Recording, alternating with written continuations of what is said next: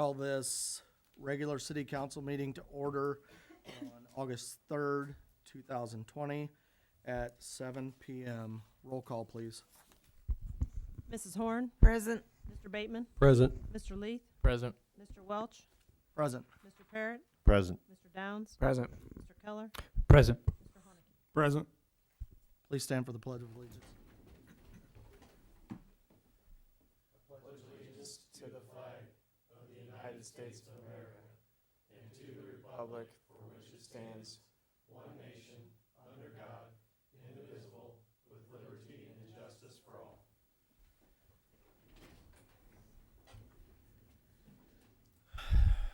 Public participation. I don't think we have anybody on the phone. Oh, who is this? Hi, Jonathan. You are up, sir. Okay. Well, I just wanted to briefly talk about, I'm sorry that I wasn't able to be at last week's meeting, so I'm doing this one. I wanted to talk about the issue of giving money to local businesses in the downtown area, and I just wanted to voice my opinion. I don't have a problem with supporting local businesses, but I listened to Mrs. Rawls talk about different things about that we needed to, invest in our infrastructure in the city, and I'd like to concur with that. I'd like to agree with that. I think that we need to not put all of our eggs in one basket, as it were. While I do think that a vibrant downtown and a thriving downtown is a very, very good thing, I think that we need to work on our tax base. I think that our census is going to come back and we're going to find out that we've lost a lot of population in the town. And I think that we need to start working on infrastructure. We need to start working on our streets. We need to start working on things to draw people to Lincoln. And while a vibrant downtown is one thing, good streets, safe neighborhoods, those are all things that I think that people that are moving to our city are going to find more important than, I think the vibrant downtown is going to follow with that. While we do need to discuss, ways to give incentives for businesses to come to Lincoln, if we don't have the base to support the local businesses, then they're not going to be here for very long. So I think that we need to really focus on things that will draw people to our city. That's all I wanted to say, and I thank you, gentlemen, for your time. And ladies, I'm sorry. Thank you, Jonathan. Any feedback for Mr. Cox? Okay, he hung up, so thank you very much. Okay, just a reminder before we get started, if you could speak into your microphone a little bit more than you normally would. Some people are having a hard time hearing us online, and I told them that I would remind you of that. Okay, moving down to the next item is the consent agenda. It consists of payment of bills, approval of minutes, July 14th, 2020 committee of the whole meeting, advise and consent to the mayoral appointment of Stacy Bacon to the Fire and Police Commission to fill the vacancy created by the resignation of Joe Hanning, advise and consent to the mayoral reappointment of Marilyn Montgomery to the Fire and Police Commission, advise and consent to the mayoral reappointment of Christopher Herzog to the Fire and Police Commission. Move to approve the consent agenda as read. Second. Alderman Hornicke made the motion. Alderwoman Horn second. Discussion? Roll call, please. Mrs. Horn? Yes. Mr. Bateman? Yes. Mr. Leith? Yes. Mr. Welch? Yes. Mr. Parrott? Yes. Mr. Downs? Yes. Mr. Keller? Yes. Mr. Haneke? Yes. Next item on the agenda is the ordinance creating the City of Lincoln Economic Development Grant Program and the Economic Development Commission. I'll make a motion to approve. Second. Alderman Bateman. Peggy, you did get that right. I made the motion and Jeff second. Okay. Alderman Bateman. So this may be lengthy even for my standards, but bear with me. I think this is a great idea. Economic development, it's always a good idea. The problem I'm wrestled with over the last few days is twofold. One, it's 2020. Nothing is normal. And we got some businesses in this area that have really struggled to stay open, let alone survive on what they have left and such. And the other is we keep mentioning that it's not the TIF. And I keep coming to the saying out of the movie Field of Dreams, if you build it, they will come. Well, that's exactly what happened with the TIF money. Someone came to us with a hope and a dream of building this 8 megaplex theater and all these little businesses that he owned downtown, and we ended up with a 4-plex theater and 4 old leaking original movie screens and one dilapidated building after another. And what we should be focusing on, especially for 2020, is businesses like Blue Dog, Flossie's, Deep Roots, Idle Hour, Sorrento's, Rio Grande, Mama's Cafe, Gazzardo's. Then in other hospitality type places, you got Spirited Republic, the Alibi, Rusty Rail, Guest House Coffee, and a little further away from downtown, you got Cafe Billiards and Emos. I personally think that if this passes tonight and my yes vote would, I can't vote in favor for the way it is now. I would vote yes if we changed our philosophy, especially this year, to offer established, open, running, paying taxes businesses the incentives that were suggested to offer to vacant, dilapidated buildings that need hundreds and hundreds of thousands of dollars worth of repairs. And as I stated before, $7,500 is nothing. I would like to see this changed instead of a if you build it, they will come philosophy, to more align with what we did with Cisco and other places. I would like to see an incentive based on after you open the business. You've opened the business, it's run. We can offer tax abatement or other things to help these businesses keep going.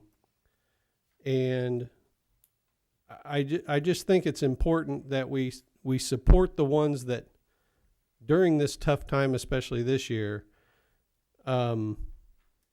while they were closed, most of those places that I mentioned were absolutely closed, period. No business, a little bit of carryout.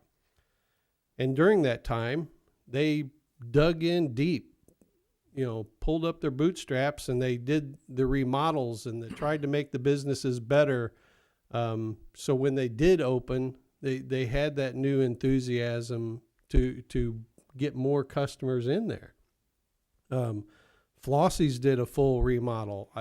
If nobody's been to the Blue Dog lately, that place is totally changed. Idle Hour not only redid the entire inside of their building, they've now taken that whole outside dining thing and they put a door in so that they can have outside dining. Look what happened at Rio Grande. He completely remodeled that building and did it in a time where he didn't even know if he can open before the pandemic.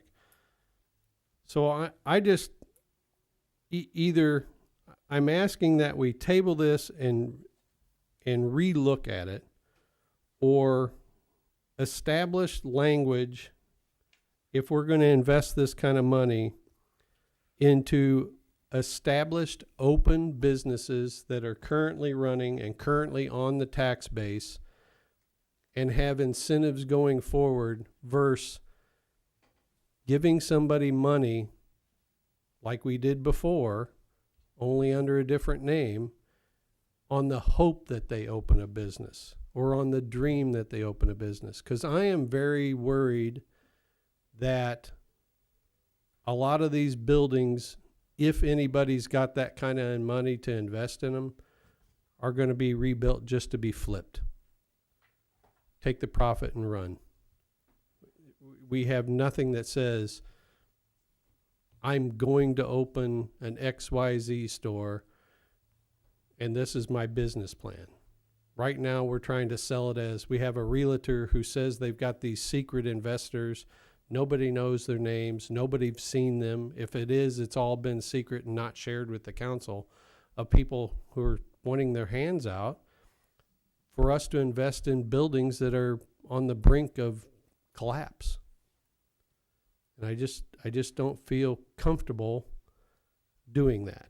And I hope the rest of you feel the same way and would like to spend the money investing in businesses that have invested in us. So I guess I would ask you to elaborate. Are you talking about a program similar to the payroll program that the state's putting out? What exactly would be given that money to the businesses for? Because keep in mind, what we've talked about up till this point has nothing to do with businesses. This is a property restructuring program. It's basically set to help people that want to buy a business to purchase a property, do some structural repairs, only structural, to help. And no offense to you, Kevin, but I've heard the $7,500 is a drop in the bucket too. But tell that to every kid who's gone to college and has got a $7,500 grant. I mean, $7,500 right now in the grand scheme of a $30,000 roof seems like a small piece of the pie, but that's $7,500 that they could then reinvest into other parts of that property to get that back up and running. Personally, I don't think there's any guarantee that if they get this building up and running, that a business will be in there. There's no guarantee. We could never guarantee that. So we could guarantee it if this program was based on once the business is opened and running, as in a tax abatement, enterprise zone help. In these instances here, again, it's 2020. Let's talk this fiscal year. This $60,000 that we're setting aside, why can't these businesses here that we all know invested money in their businesses? I mean, Jeff would know what his son has invested in his. You know, Flossie's knows what she put into it. Idlehour knows.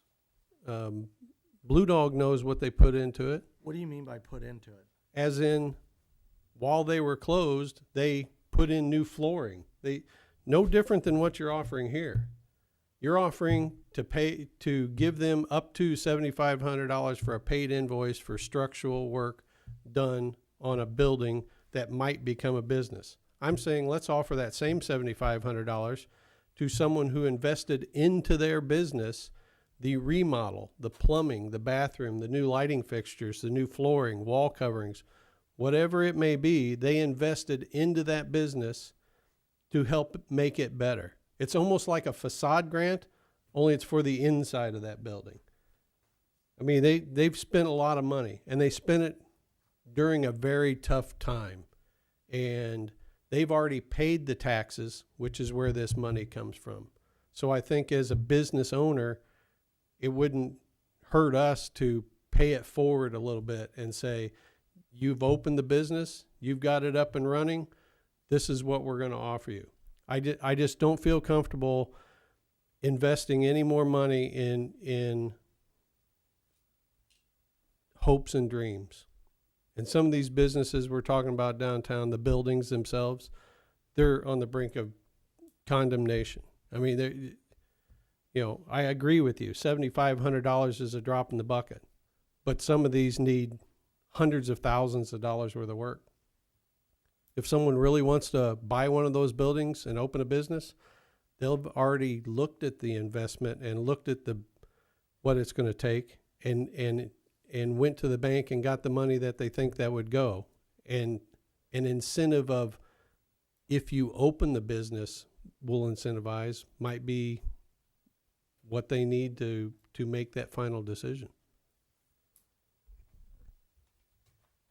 Alderman Harneke. Yeah, thank you, Mayor. I'll rebuttal some of that, I guess. And the fact that it's nothing, it's apples and oranges to the TIF program. And the fact that they're bringing the invoices to us after the project is completed. It's not a loan. It's not, we'll give you the money now and hopefully you'll do it. It's just totally different program altogether. It's to incentivize people to do upgrades to their buildings. There's no guarantees on any of these, when the fact that if you could have a well-established 30-year business, did a huge remodel, 6 months to a year from now, they could fold up after they've took a part of this program. So there's just no way you can say you have to take this money. You did a great job remodeling. Now we want you to stay in business. I mean, that's their choice. If something happens down the road, they could back out. And so I think it's a great program. I think get some money into these buildings. $7,500, yes, is a small amount. And people might just not even utilize it at all. They might not think that's very much. I'll do what I want to do on my own. So I don't think we'll have maybe a whole lot of people interested, but I don't know until we get it up and going. But I'm for it. I think it should go. Well, so more of my opinion on this. The downtown buildings, if they do receive some of these grants, keep in mind, if these buildings get restored and we can get them back to a condition where a business can move into them, they will then, more than likely, there's no guarantees, be valued above the base that they were when the TIF actually went into place. And now we're generating more TIF money for the TIF district, which then is less money we got to take out of the general fund to pay that annual bond payment. So there is a plus when downtown businesses do that. Going back to Mr. Cox's comments earlier about putting our best foot forward, I don't disagree with what he said. Yeah, roads is really nice when we can drive down nice roads, go down Kickapoo, and I think we'd all agree. But you know what also is nice? When you drive down Woodlawn and you don't see 20 vacant buildings. Because we've got a lot of vacant storefronts in and around this community, and that also sends a different message that something's going on and the economy is going backwards. So this program, in my opinion, helps get us moving in the right direction. Again, as Alderman Keller said last week, we don't have to budget this every year. We could decide we want to scale it back next year. Regarding roads, you know, because I've fielded a couple calls this week about roads on this particular topic. So I did some math. I reached out to Walt today and had a conversation with him. So just in this year alone, with our road resurfacing and maintenance targets, we're going to do approximately 2.84 miles. That's how much, 2.84 miles is how far our $500,000 is going to get us this year in this budget of the 170 miles of roads in this community that need to be maintained. So at that rate, it's going to take, 59, 60 years. If we go at this $500,000 rate, it's going to take 60 years to cover every road in this community at a cost of about, and that's if we keep it at $500,000, not including inflation of cost of materials and labor and time, which we know everything goes up. That's $30 million. So while I agree putting money into roads is a good thing, and I've sat in that chair down there for the last 5 years and fought with other council members to keep that at $500,000, it was actually less than that when I came on the council. So I think it's important to keep moving forward with our roads and continue to increase the amount of money that we put into roads. But I don't think that we can just sit with our hands underneath us and do nothing else by way of economic development. I mean, we have no economic development in this community right now. The best thing that we have is an organization that was stood up with private funds and people that are motivated and driven to drive economic development. I think it's our responsibility at the city to help drive some of that economic development as well. Alderman Bateman. So, first off, again, maybe it's just me, but the city loaned out $2.3 million to somebody on this dream that they were going to build this grand thing, and it never happened. They partially did it. So to me, this is no different. We're handing out $7,500 checks on a dream, hoping it would happen. Where if we incentivize businesses once they open, what Mr. Welch is, to his comment is, if we tell these same people as they're buying these buildings, saying, if you remodel that and it becomes a business, we can give you a tax abatement for X amount of time. So that business, the tax roll, it's back on there. The only difference is the city is paying the taxes for whatever X amount of time So for the first, let's call it 3 years that business is open, they're not paying taxes to the city because we're incentivizing them to actually become open, have employees, and start making sales. Where if we give the money away ahead of time and nothing ever happens, all we've done is just threw that money away. And that's what I don't want to happen again. I think the incentive needs to be after it's established and not before. Because in my opinion, we've done the before and it didn't work. We're getting burned. Where if we do it on the after fact, just like we did Cisco, we incentivize them after they came to town. So, or during construction. They had to make the commitment to construct that facility and open. Then we incentivized it. We didn't just throw money at them and the empty lot sit there because we were waiting for them to invest. So I just think for this year, with these businesses I listed that have gone through the struggle, we should try to help them. And then each year forward, if this program moves forward, we should incentivize businesses that have invested in actually opening and being run instead of investing more money in buildings just on a dream. So that's where I feel. So, I just feel it's more important to invest in something that's actually there than something that might be there. Alderman Parrott.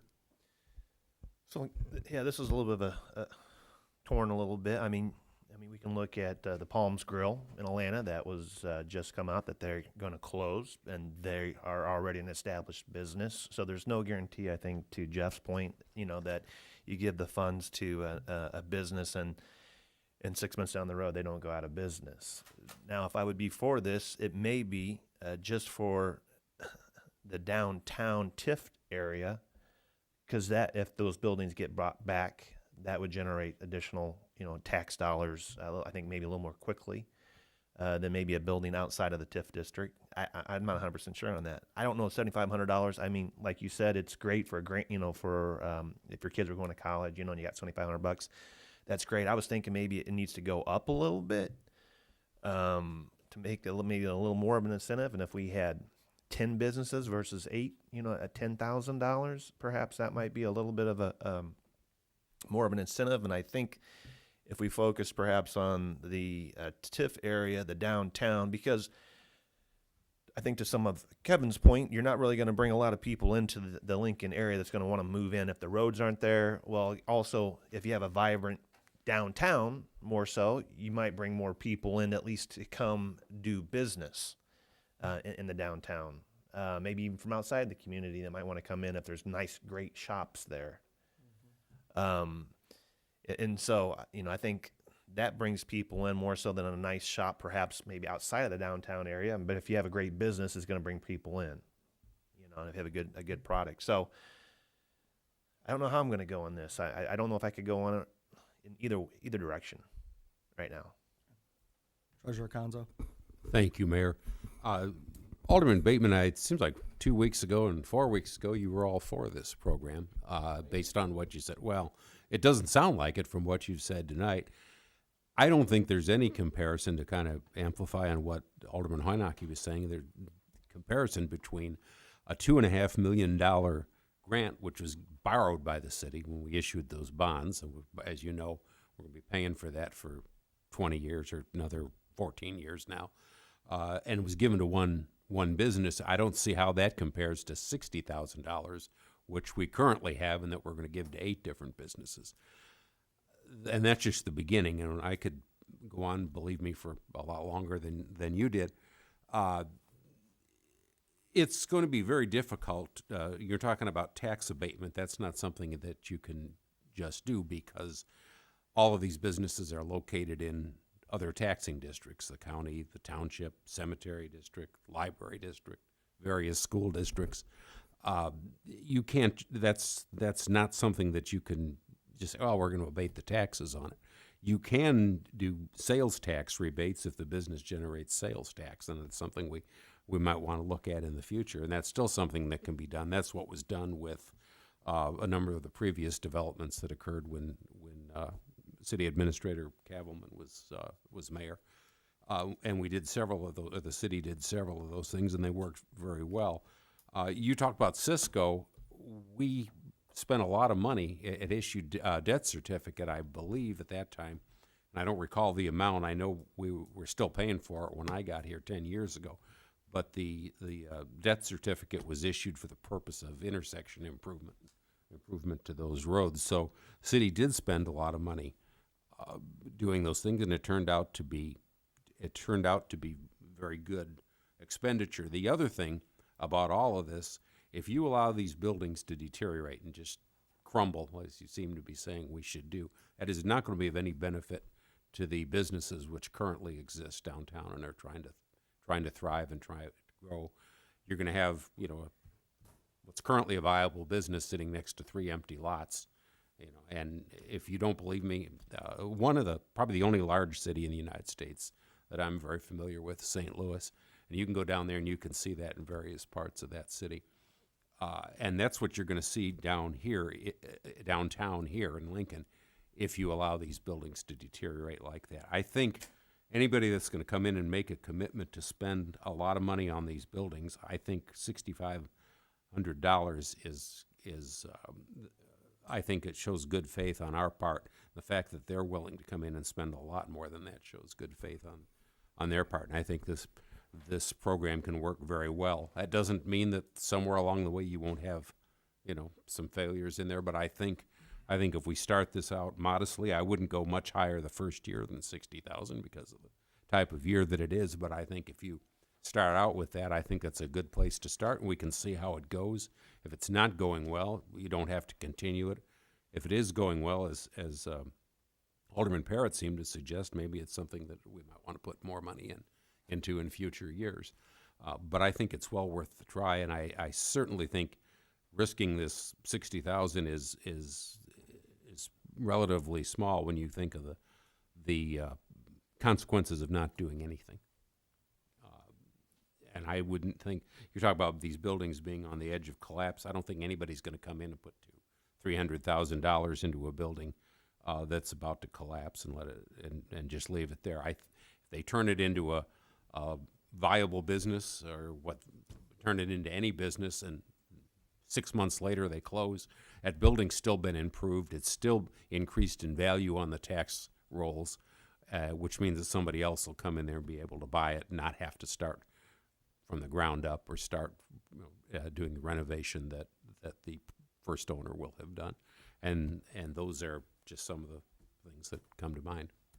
Administrator Cavalman, Alderman Hoineke, and then Alderman Bateman. Thank you, Mayor. I just wanted to talk about a couple things here. If we don't help these properties right now, we are going to have a mess on our hands, including the city will be owning them, plus we'll have to go through demolition, possibly. More than likely, we'll have to do the asbestos check and then remove the asbestos. And then we tear the building down. We have to do the hauling away, all of this. We are giving an opportunity for people to get one of these buildings and to do something with it. Now, you said there were secrets. There's no secrets. Here are 30 properties. I can spread that each way. And that one- Just pass it down. But who are the people buying them? I know what properties they are, but it's being sold to me, in my opinion, as in there's already buyers out there. There are. We've already had 4. Okay, well, who are they? Okay, I don't want to name that here. I will tell you though, but there are 4 that have been purchased right now. By one of them, it has a wonderful eating, and you even mentioned that person that has a very nice, done some extra work they've done on their restaurant bar during this COVID-19 situation. And these are very serious people, and this is open to anyone that wants to do it. I mean, if these are properties that are distressed and we've declared them as that, then, but anyway, I wanted to say, we have to fix these buildings. If we don't, our downtown's just going to go down the tubes, and we're not throwing this money away. We are reinvesting it, and even if they would walk away from the property, Alderman Bateman, they still would have made improvements to the property. Their value, as Mayor Pro Tem said, or Acting Mayor, I'm sorry, said the value would be up more than what it was before the TIF, and we have to do something. And the other thing I wanted to say is this is nothing like that TIF.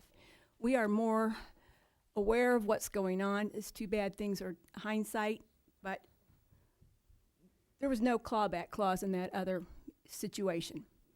We are aware of that, of what's going on now, and we've been left holding the bag, and we have to do something. There's got to be some kind of action taken, and I think the city needs to lead the charge in this.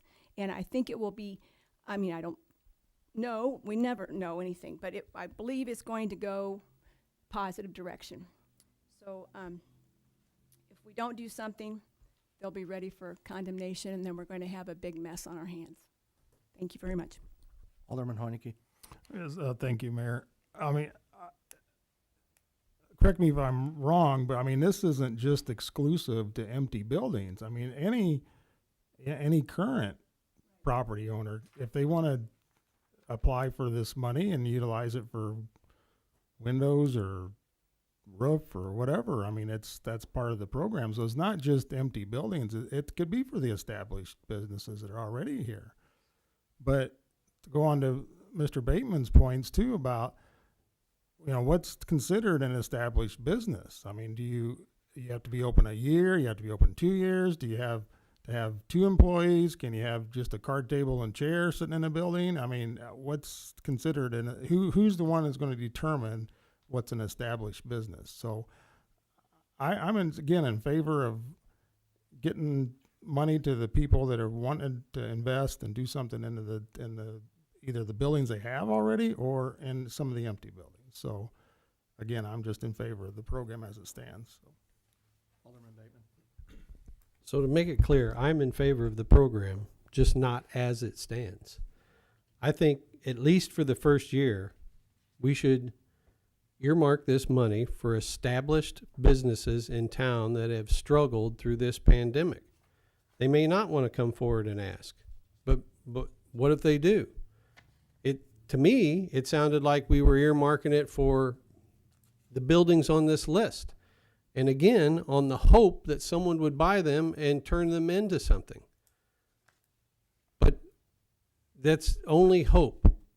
Those businesses I listed, they've been established for quite a while. We can come up with whatever means. I'm saying for this year, for that first 60,000, I would like to see that it go to businesses that are currently open, that are trying to struggle through this pandemic. And then if this program keeps going next year and none of the established businesses have decided to invest anymore, then we can start looking at the empty properties if there's actually viable buyers out there. That's where I'm at. So I am totally in favor of spending the money. I wish we had more money. But I just think we need to help those that have already spent money in this community. Administrator Cavalman. Yes, thank you. Could we ask our building and safety officer how much, just off the cuff, we spent on that one piece of property that we were forced to go? It was a residential property, but recently we had to it was one of the most current ones that we've had to tear down and haul the debris away due to a fire. Talking about 201 9th Street. Yes. Wes, do you want to answer that? How much what is the city's investment into 201 9th Street at this point? I don't have the exact number, but I believe it was just under 25 grand. That was with the demo and haul off and the dump fees.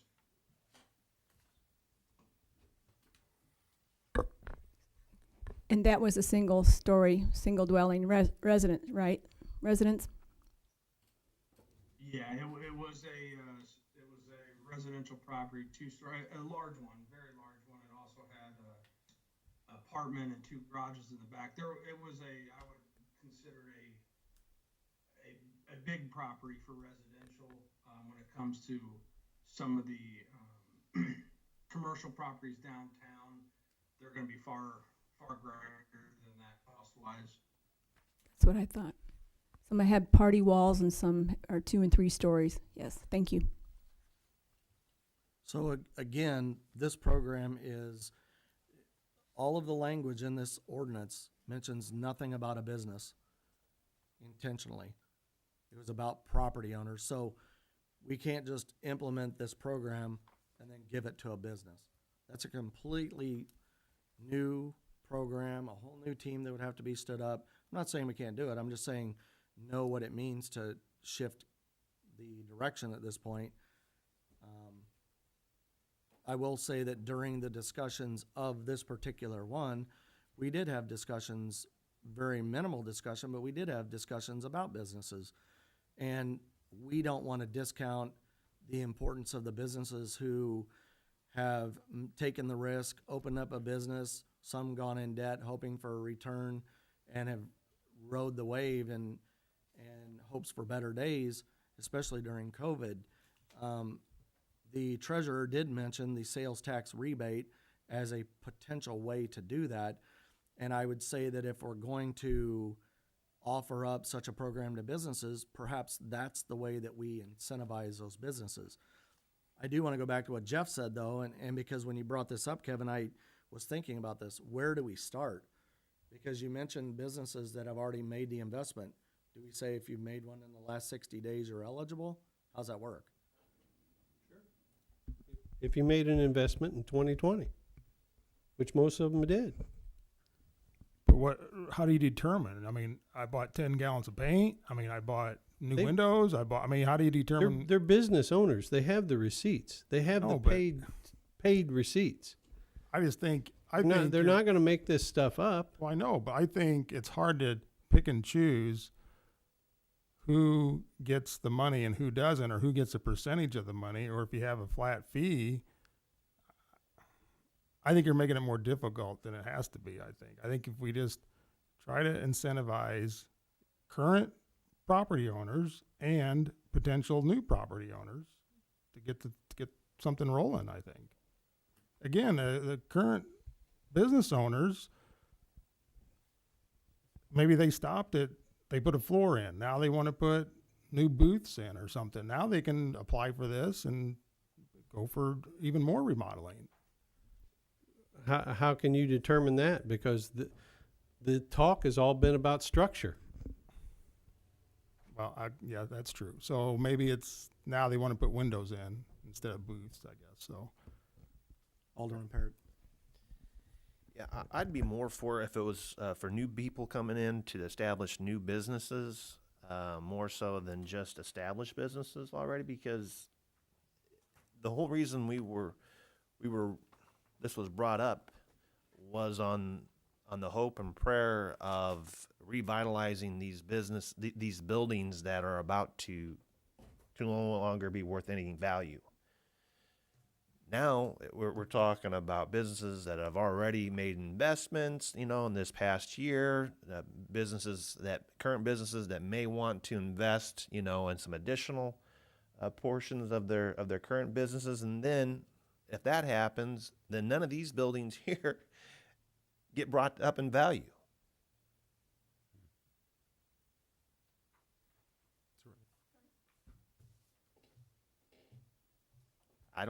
I mean, if it's open up to and I can understand, you know, businesses wanting to, you know, invest in their current businesses, you know, there's some things that they probably need to do and want to do, and $7,500 would help. But this was brought to us on the idea of revitalizing buildings that are no longer able to sustain a business in it until it gets repaired. So I'd probably have to be a no vote if it's going to be established, if it's going to be for current businesses that are able, just kind of like the facade grant. I mean, that's what, you know, those funds were for. And I would think that this would be something a little bit different in the sense that this is for these businesses here and other, I guess, not listed, to help improve their conditions, to help increase the taxes on it, and so that a business can come in and then, you know, have sales taxes. Property taxes.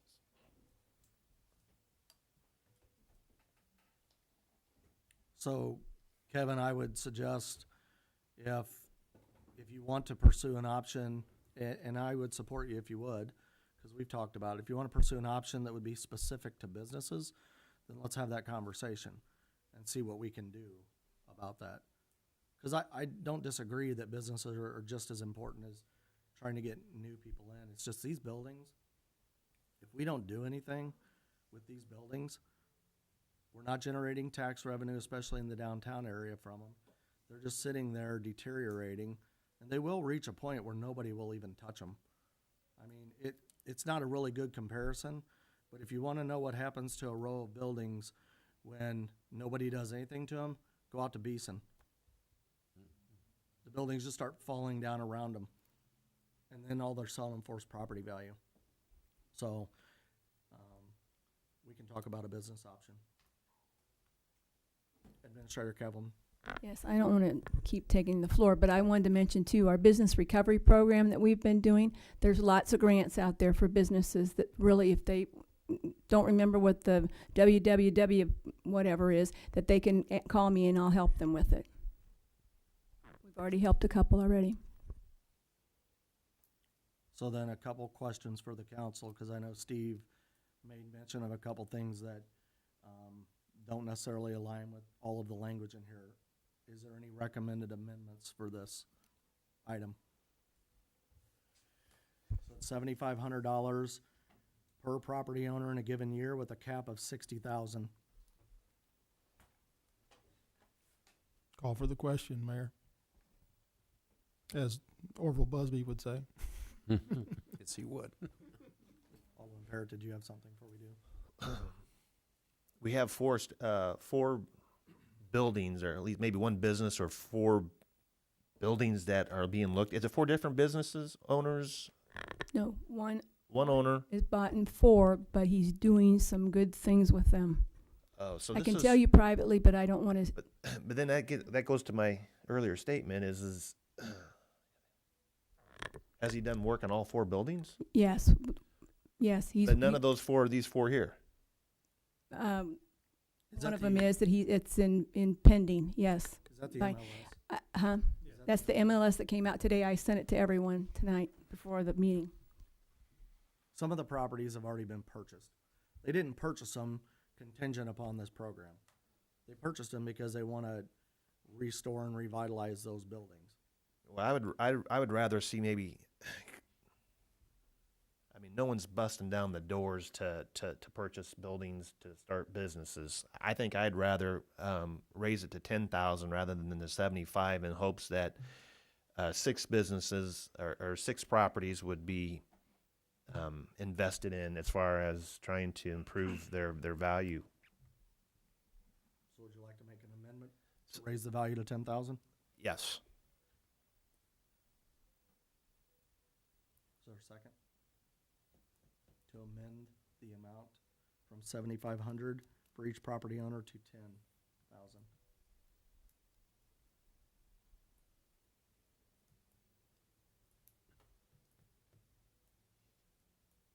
Okay.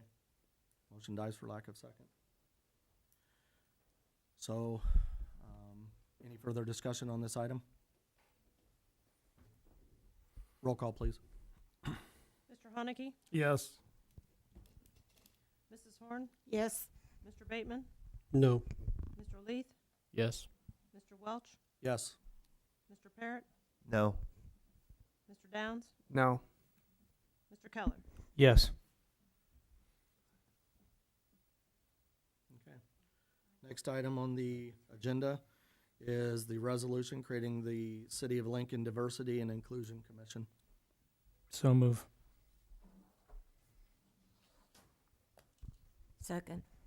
Alderman Keller made the motion, Alderwoman Horn second. Discussion? Alderman Parrott? So I know last week, we talked just a little bit about the makeup. Can we go over the number of people that'll be on this commission and what that makeup will look like? I believe it was amended to 12. 12. Originally had 9. It's going to 12 now. And how will the 12 be chosen? And what does that look like? 12 will be chosen based on interested individuals reaching out, and I would gladly welcome any recommendations from the council on that makeup. We don't have a set makeup that says we want one from the education, one from the healthcare. We don't have that. That's the intention, and that is the direction I would like to see that go. I think you have to be intentional with it. Otherwise, if you get 12 that just, volunteer, then it might not be a representative of the city, a representation of the city.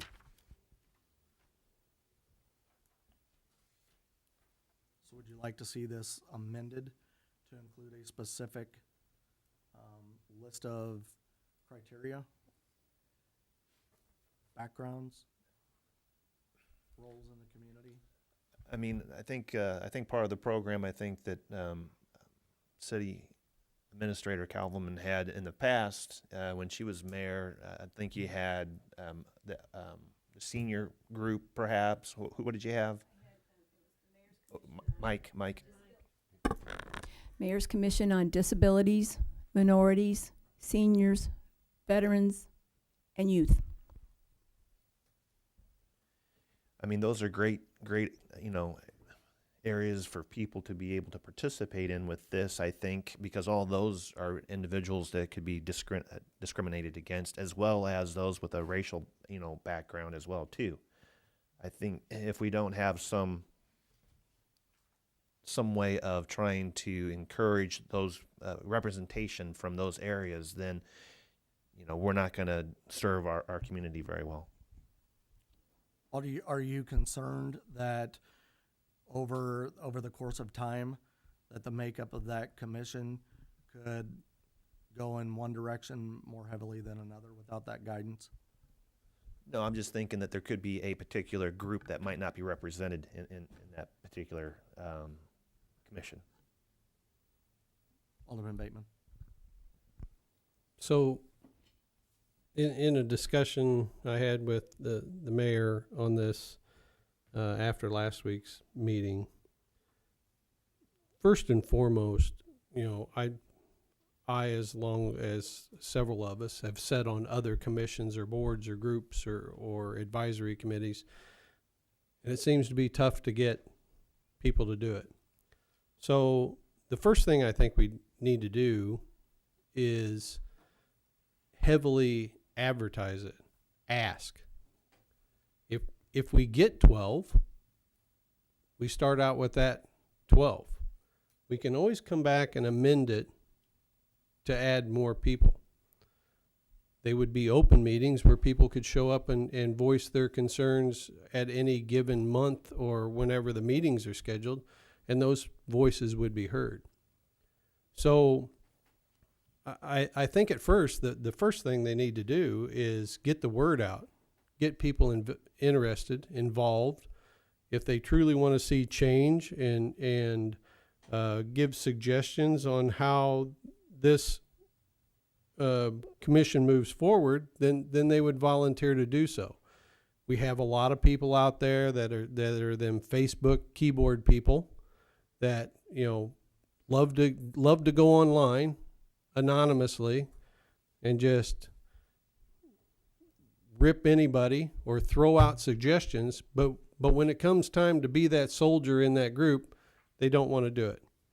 And that's what we need to enforce here is if you really want to be heard, or if you have a really good suggestion, or if you really want to make change, then you need to step up and do so. Your voices will be heard. Every suggestion will be taken seriously, and a group of 12 people will help reinforce those, and I think we can mend it from there. Alderman Parrott. So Kevin, you wanted to go from 9 to 12, so you went from 9 to 12 so that you would have representation, but now you're not requiring any specific type of representation and then it's more difficult to have a quorum when you have more people. You still would like to have the 12, but no specific representation of any individual groups. I'm hoping that by asking for 12 people that we get a decent representation of all groups. That's my hope. The reality is it could be that nobody shows up. Only 8 people come forward, or one specific group stops. So how do you reach out to specific groups without showing bias just doing that? Alderman Keller. Thank you, Mayor.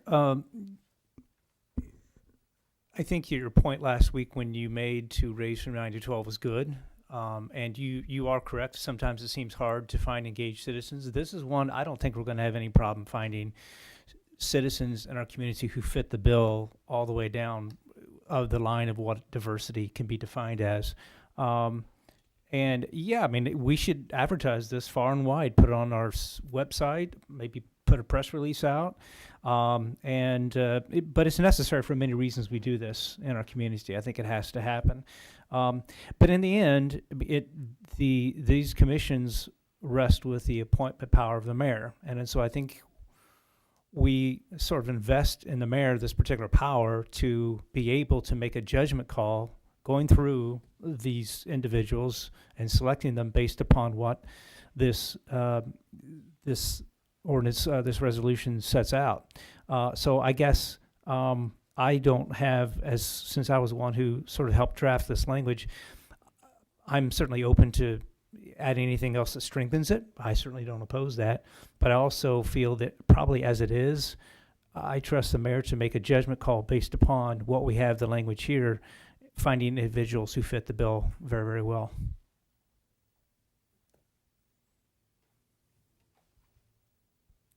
Alderman Parrott, you have some?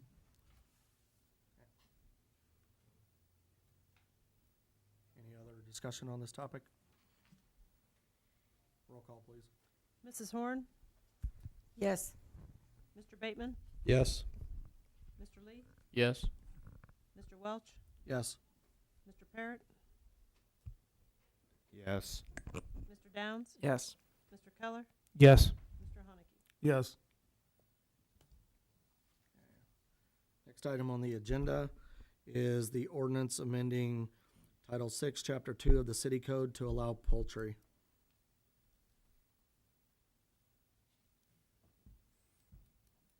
So moved. Second. Who made the second? Did you? Alderman Parrott made the motion. Alderman Keller, second. Discussion?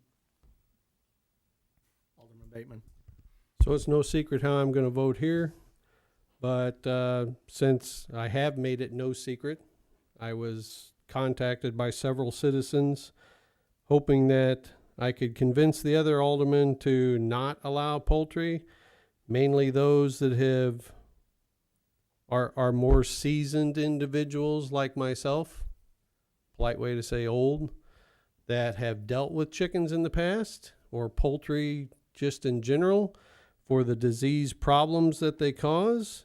And the other thing I want to say is I hope the person is listening, because we also had several citizens speak up about the rooster that is very annoying in the 500 to 600 block of Palmer that lets everybody know it's sunrise on a daily basis.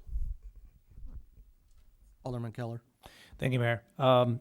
The council last week had directed a little addition, so I just wanted to again remind you, you all received a email from the city attorney about the inclusions, including the statement that the building safety office has the right to not renew a permit or pull a permit for anyone who does not comply with all of the stipulations in the particular ordinance. So, and also I just will add that I also received several phone calls this week, not surprisingly, all in favor. One particular individual who was also used the word seasoned, who lived in a previous city, who was raised chickens and was surprised that we didn't have them. And again, this is something that anybody who raises them will take, I think, a great amount of effort and expense to do this well and to do this right, so they comply with the stipulations we have in this ordinance.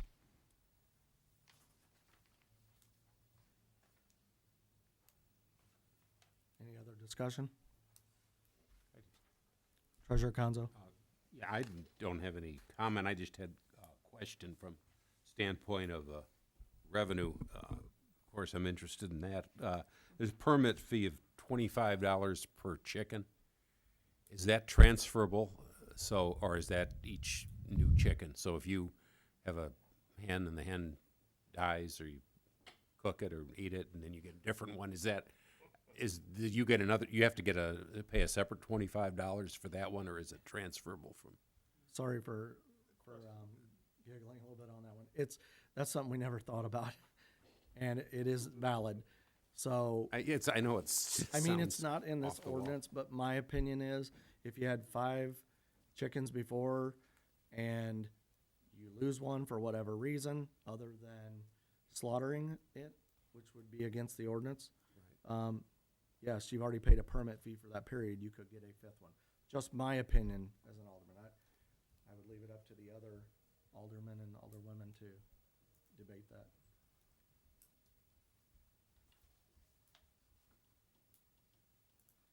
Any thoughts on that one from anybody? Okay. Roll call, please. Mr. Keller? Yes.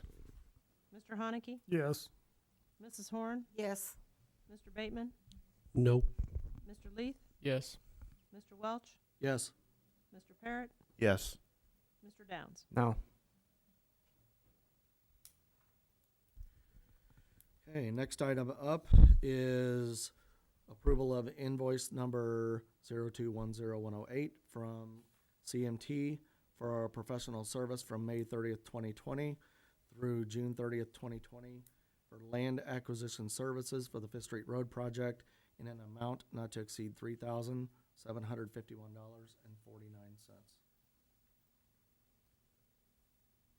I'll make a motion. Second. Alderman Welch made the motion. Alderman Hornicke second. Discussion?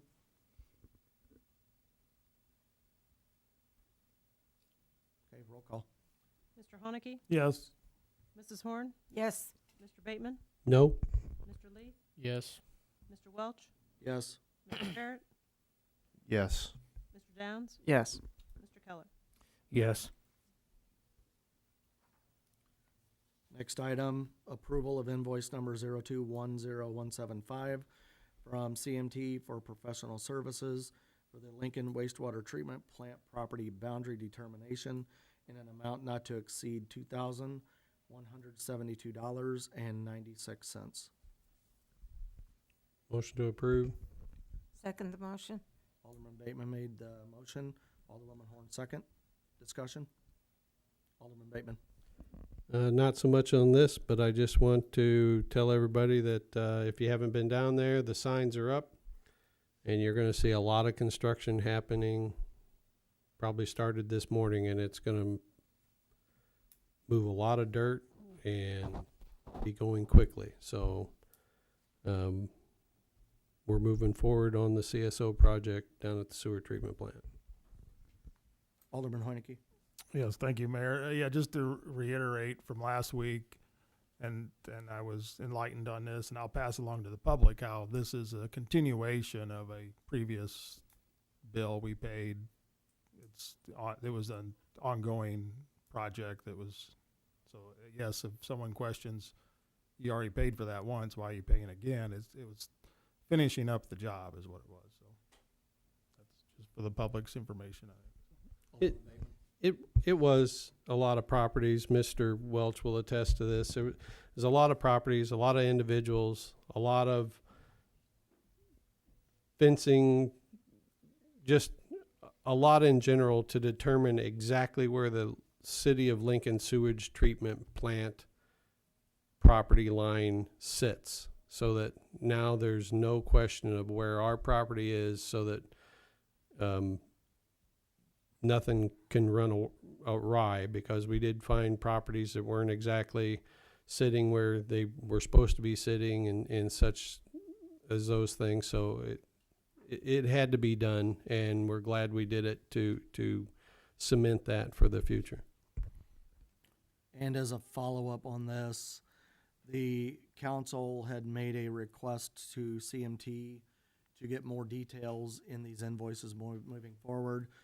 Christy Kreitz with CMT has been more than gracious enough to do that for us. She's provided us with a monthly progress report, and the last one that we have here is from June 2020. So as it stands right now, myself, Alderman Bateman, because we're on those projects, and then City Administrator Cavalman's receiving those, we will make sure that that gets forwarded to the council moving forward, so you have that information. Any other discussion on this item? Roll call, please. Mrs. Horn? Yes. Mr. Bateman? Yes. Mr. Leith? Yes. Mr. Welch? Yes. Mr. Parrott? Yes. Mr. Downs? Yes. Mr. Keller? Yes. Mr. Haneke? Yes. Next item up is approval of hiring 2 additional firefighters for training at the September Fire Academy. Motion to approve. Second. Alderman Bateman made the motion, Alderwoman Horn second. Discussion?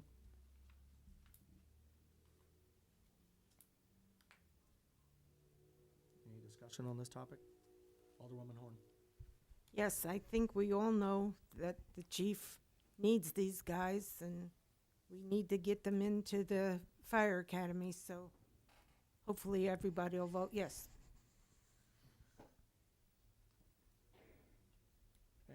Roll call, please. Mrs. Horn? Yes. Mr. Bateman? Yes. Mr. Leith? Yes. Mr. Welch? Yes. Mr. Parrott? Yes. Mr. Downs? Yes. Mr. Keller? Yes. Mr. Haneke? Yes. Next item is the approval of proposal to purchase property at 201 9th Street. This item was tabled on 7/6/2020. We are, John, I know you're on the phone. I believe that we're still waiting on some research on the lien that was against the property. Is that correct?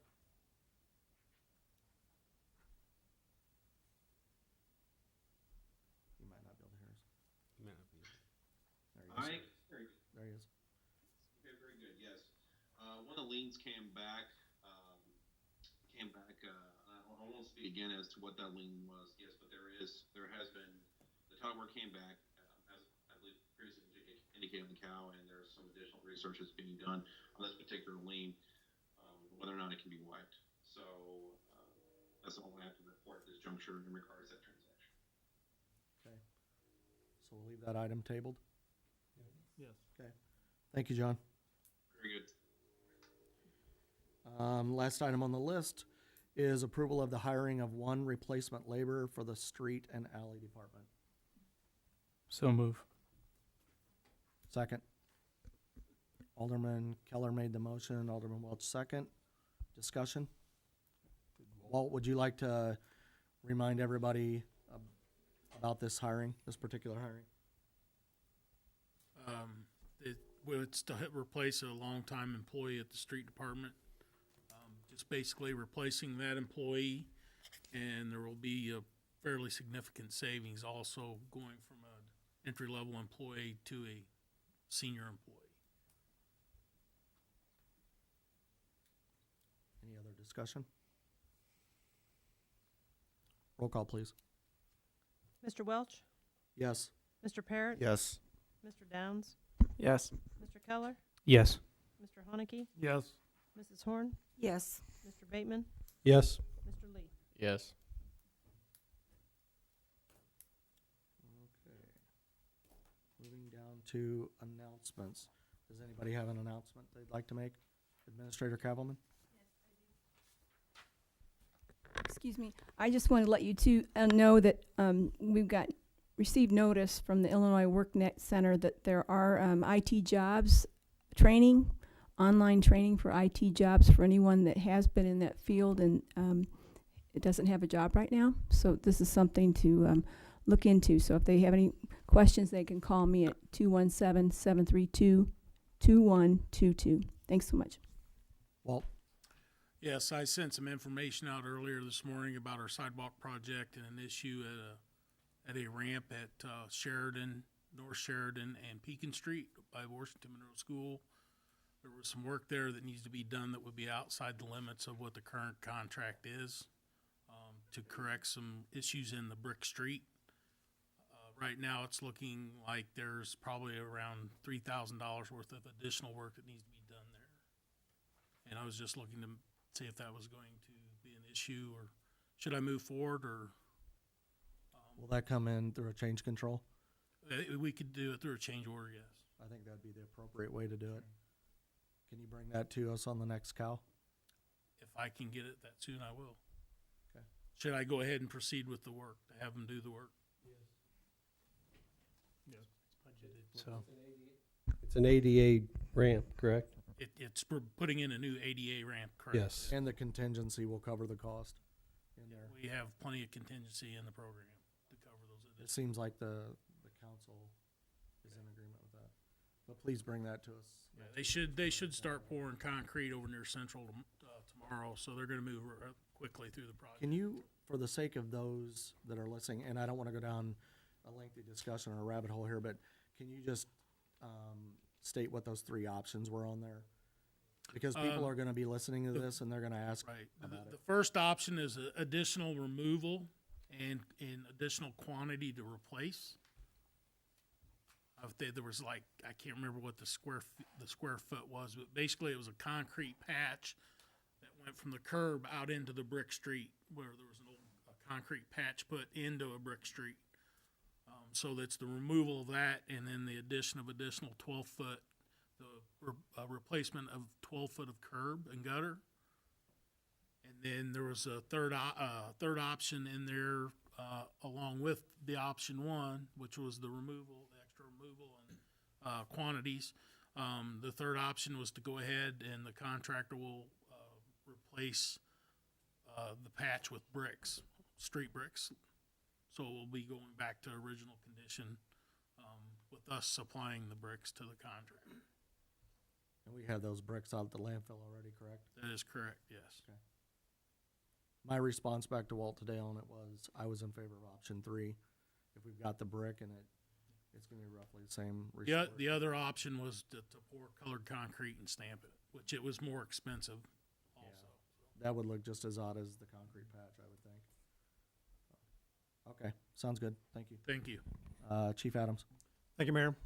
This last week, I had the opportunity to sit down with Donna Bradley. She's the new Assistant Academic Affairs Vice President at the college. We kind of brainstormed on some ideas. Actually, the college's kids are coming back August 10th. So one thing that she's noticed in like other communities, they do a big welcome back from like the businesses and stuff like that. And she hasn't really seen that in the last couple of years here in this area. So just reaching out, if anybody would, if they have a business sign or something like that, welcome the students back and hopefully get some good relationships going with the community and the college. The other thing we talked about is having some of our officers actually help with the move-in process. So I got several volunteers that's going to do that, which is great. And then we're also going to identify some of the key members there at Lincoln College and have like a monthly luncheon with those key members at the police department with some of the officers to help build relationships. So some good things going there with Lincoln College. So we just want to help extend that to the rest of the community and get that going. So Excellent. Right. thank you. Thank you, Chief. Any other announcements? Okay, so I have one. And it is the result of numerous Facebook messages, emails, etc. this week regarding the current state of COVID in our community. I know that when Mayor Goodman was here, he posted a lot on his page, but I think we've been missing that mark as far as keeping the community updated. So I wanted to just share some numbers with you guys. I pulled up off of the Illinois Department of Public Health the current numbers for Logan County, and new cases per 100,000. There is 76 per 100,000. So the target is less than 50 per 100,000. So we're in a warning state on that current number. All other numbers look good. Hospital admissions for COVID-19 like illness, the target is to have it decreasing or stable. It's down by 5 in the past week, so that's good. ICU percent available, the target is at least 20% of beds available. We are at 42.6, so we're above the target.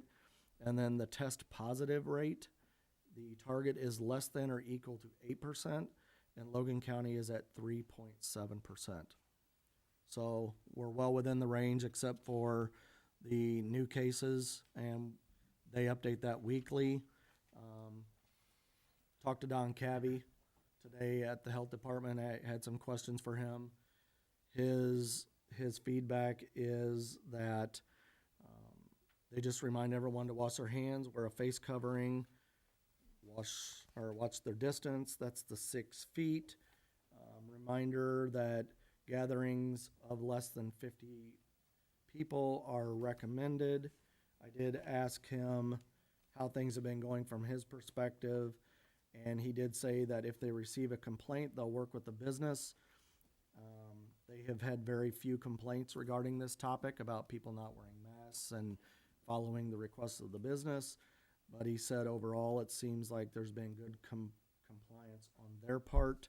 And then I just wanted to, a couple other things that came up was what is the city of Lincoln doing about this right now?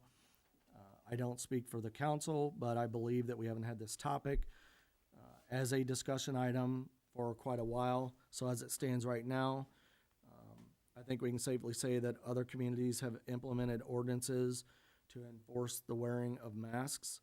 This council has not decided to take such action at this time, but residents are strongly encouraged to follow the guidelines which I mentioned, specifically for wearing a mask, just a couple of them.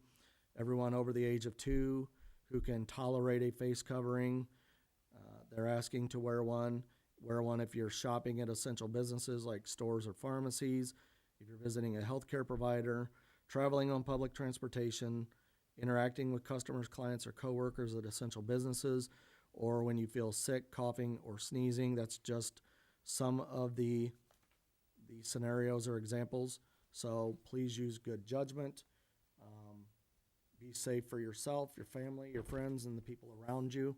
Be mindful of that if possible. And if you'd like to wear one in your car, I know people have stated people are wearing them in their car. That's okay too.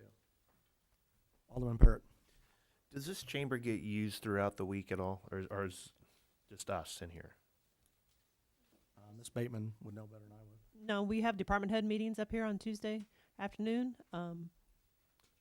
I think Bob has been doing their training in here just this week, but Does this room then get cleaned after every use then? Well, the cleaning people are supposed to clean it on the weekends. But it's just on the weekends. Okay. Because if people I'm are up not here, here and, to and see and that. we're moving mics and we're supposed to be talking into mics and stuff like that, I didn't know if they're wiping down stuff. I have no idea what they're doing when they clean. I can find out. Any other announcements? Do I have a motion to adjourn? So move. Second. Second. Alderman Keller made the motion. Alderman Parrott second. All in favor? Aye. All opposed? Meeting is adjourned at 8:15 p.m.